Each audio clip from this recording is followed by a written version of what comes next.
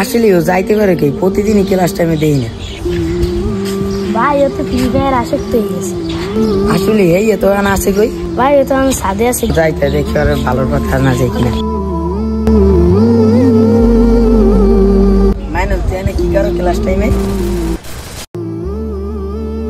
আল্লাহ আমাদের প্রতিদিন 24 ঘন্টা সময় দিয়েছে। এই সময়টা ইবাদত, পড়াশোনা আর উপকারী কাজে ব্যবহার করলে কিয়ামতের দিন এর হিসাব সহজ হবে।